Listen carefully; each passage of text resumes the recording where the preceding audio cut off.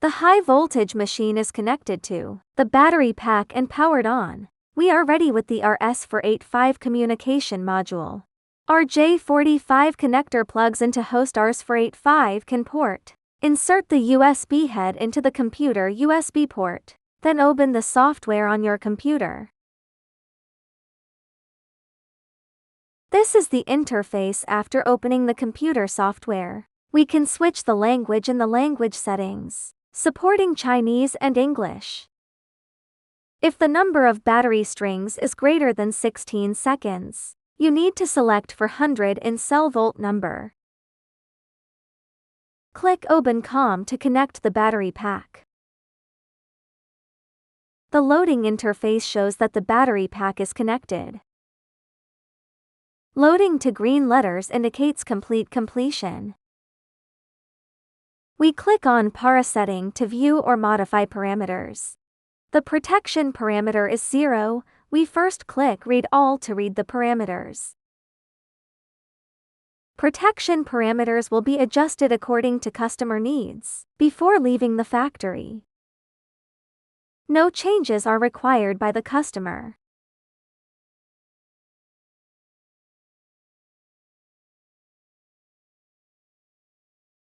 If the customer needs to increase or decrease the battery pack,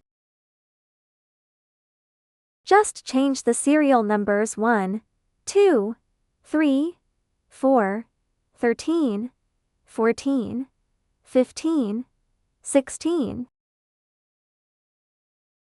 Change step action. We double-click serial number 1 and enter the parameters that need to be changed. Then click Send Protect Para to complete the modification. After modifying the protection parameters, the alarm parameters must also be modified simultaneously. Switch to Alarm Para.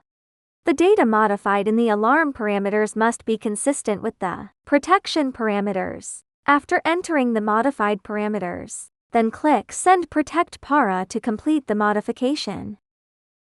Then we switch to System Para. To increase or decrease the battery pack, we need to change the exact number of serial number 1. The rated capacity of serial number 7 will be set according to customer requirements before leaving the factory. If you need to change it yourself, let's double-click to enter the correct capacity. Then click Send Protect Para to complete the modification. We switch to the Adjust and Control interface. If we use this product for the first time, we need to perform aging calibration first. The actual capacity we set before in the system parameters is 200 Ah. Enter the actual capacity of the battery pack of 200 Ah in full kappa calib. Then click Write and the successful writing will be displayed below.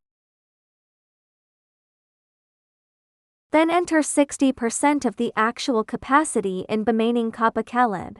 Then click Write and the successful writing will be displayed below.